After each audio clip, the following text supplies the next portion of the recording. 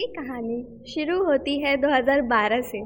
एक बच्चा जो स्कूल ना आने के लिए घर पर सबसे लड़ता झगड़ता रोता है और स्कूल से जाते वक्त भी रोता है। बस दोनों के रोने में फ़र्क इतना है कि छोटा बच्चा स्कूल ना आने के लिए रोता है और बड़ा बच्चा स्कूल से जाने पर रोता है। कैसे प्रिंसिपल मैम ने हमें हमारी उंगली पकड़कर क्लास तक पहुंचाया था, तो रोने पर माँ सा प्यार करके अपने आंचल में आंसू भी पोंछे थे। डायरेक्टर सर की वो डांट भी याद आएगी और कोऑर्डिनेटर मैम का डांट, साथ ही साथ प्यार भी याद आएगा। ये कहानी शुरू होती है 2012 में। बच्चा स्कूल आता है, कुछ नए दोस्त बनाता है, जिनमें से कुछ छूट गए तो कुछ आज तक साथ हैं।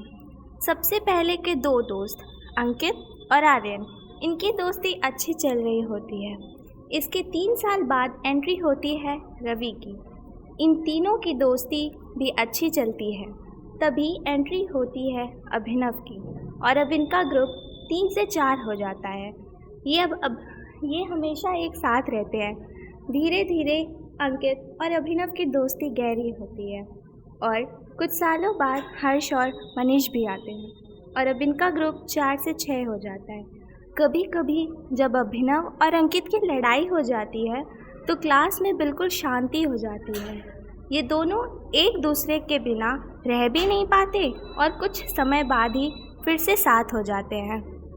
अरे हाँ, लड़कियों को तो बताना ही भूल गए। 3 लड़कियां भी हैं, अंजलि, जानवी और प्रज्ञा, जिनकी तिकड़ी कमाल की है। जिनमें से एक शांत शर्मीली सी अंजलि, तो एक बिल्कुल अपोजिट चंचल, सबको परेशान करने वाली, हमेशा हंसते मुस्कुराते रहने वाली और हर बात पर दांत दिखाने वाली प्रज्ञा। और रही बात जानवी की, तो वो इन दोनों का मिलता जुलता कॉम्बिनेशन, किसी बात पर छुई मुई तो किसी बात पर अंगारे बरसने वाली। अब इनकी संख्या हुई 6 से 9।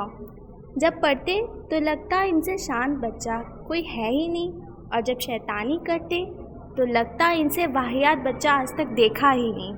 बात जब शैतानी की चल रही हो तो हम स्कूल के स्टार शैतान को कैसे भूल सकते हैं। शैतानों का शैतान हमारा आर्यन, जो खुद घर से तो पढ़कर आता था, पर मजाल है जो स्कूल में किसी को पढ़ने दे।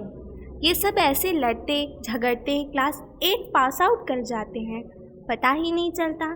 9th में एंट्री होती है 2 और लड़कियों की, अदिति और श्रेया, जिनमें अदिति अपने नाम के जैसे ही अद्वितीय और श्रेया अपने नाम के जैसे ही भाग्यशाली और श्रेष्ठ, और तो और पढ़ाई की मोहतरमा और बच्चों से प्यार करने वाली और बड़ों का सम्मान करने वाली।